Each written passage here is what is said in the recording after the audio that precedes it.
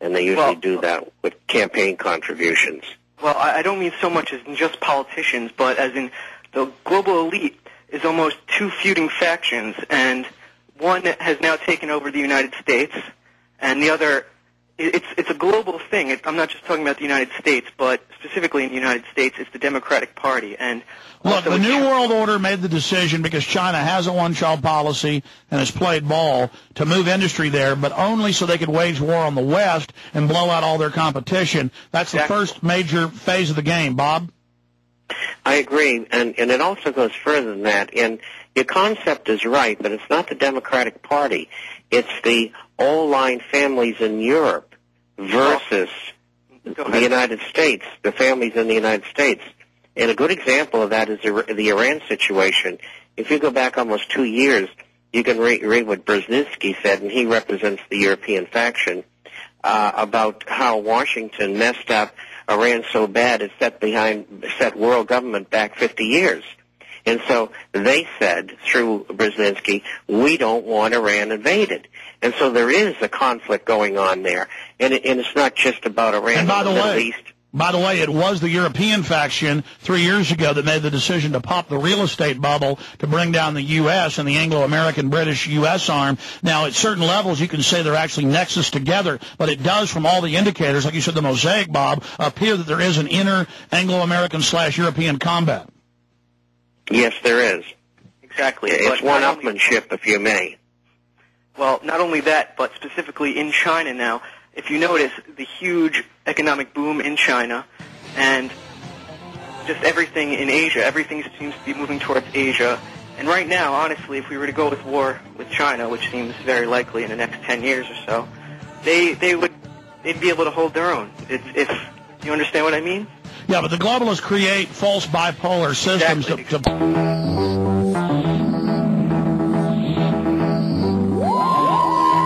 We're going to keep Bob till about 40 after, then I'm going to recap more news and take calls. There's some police state and Ron Paul news I haven't gotten to yet. eFoods Direct has gotten enough food in to be able to expand out to February 11th before they have the price increase because of inflation. So you've got another 20 days or so to do that. They are the preeminent, longest continually operating storable food company in the U.S. They have high-quality, very clean organic foods. They can't say 100% organic because their bananas and stuff are from, Central America. But it freeze-dried, fits in very small areas, a lot of food, and lasts more than 10 years in climate control, just 10 years if it isn't climate control like a garage or an attic. Give them a call at 1-800-409-5633 or efoodsdirect.com. And take action now, folks. This is the kind of insurance policy you can eat as food prices go up or if things get really tough. I mean, even if you're wealthy or poor or whatever, they got 2 months' supplies, year supplies, 1-800-409-5633 or efoodsdirect.com. Big banners at the top of Infowars.com and PrisonPlanet.com. Also, get a free copy of the International Forecaster. This is in-depth analysis and info, multifaceted. It's the best info you're going to find out there, bar none. Meshes with Dr. Paul's info, but Bob Chapman can spend all his time on this. Paul can't. Very important info, theinternationalforecaster.com.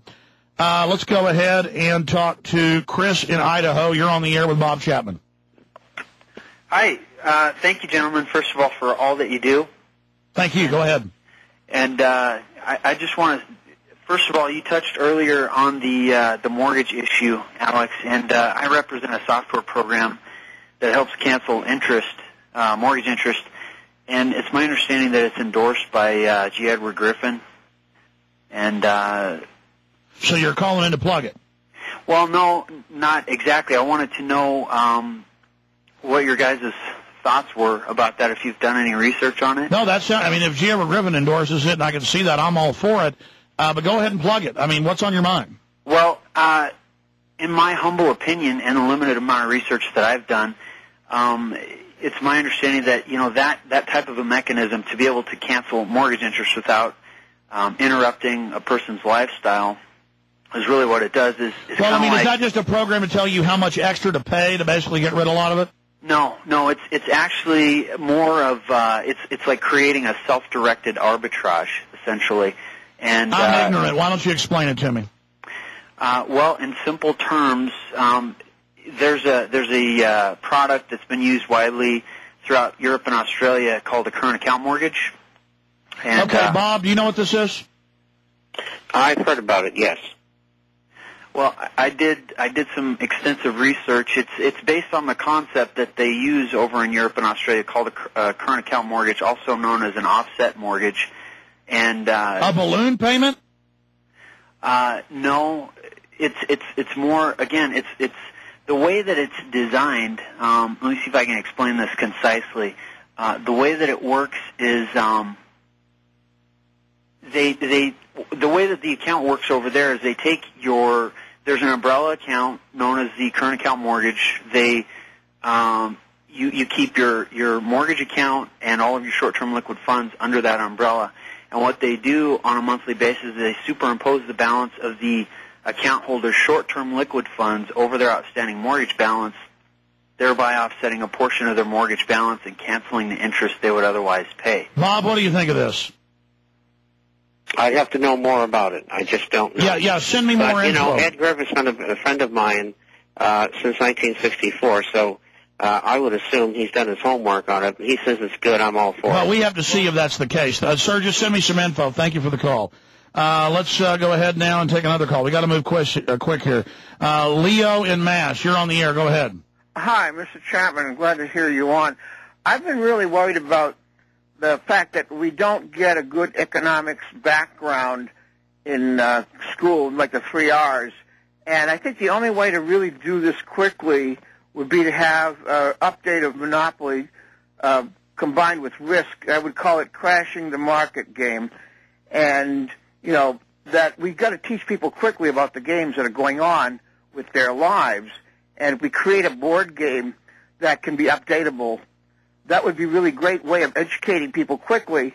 And that was my main concern. My other concern is I hear that 80% of the stock market is institutional. However, 70% of spending is consumer-directed.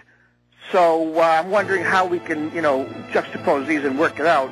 And all right, let me get Bob's take on that. Anything else? You know, is Paulson dead? No, that's pure bull, sir. The people that put that out are always talking about, you know, a magical, imaginary U.S. ambassadors of trillions of dollars, and and Barbara Olson is still alive. I mean, it's just absolute bull. It's the same people.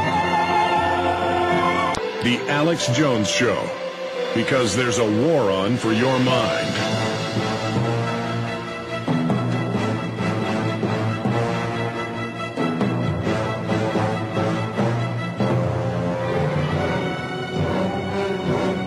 All right, Bob Chapman with his final segment. More news and info coming up after that. Before we go to Leo, Rob, Tim, Fred, and Brett, that'll be our last calls that we have time to take. I wanted to go back to Bob Chapman. Bob, any other key points that need to be added? Anything else we should be looking for in the markets? I mean, my question to you is, clearly I believe that they know this is just a salve, $800 per family, freezing mortgages, because the inflation is what's really hurting everybody, but the public hasn't been educated on that concept, so they don't understand. They just know suddenly their check doesn't go as far, so it looks like putting perfume on a pig to me. Well, if they freeze mortgages, it's not going to make the problem go away, and with inflation, the problem's going to get worse. So they can't freeze mortgages indefinitely at a certain level, because then the banks won't make any money. They're talking about a 5-year freeze. That's too long. The banks would go bananas. It would have to be a 1 year or something like that.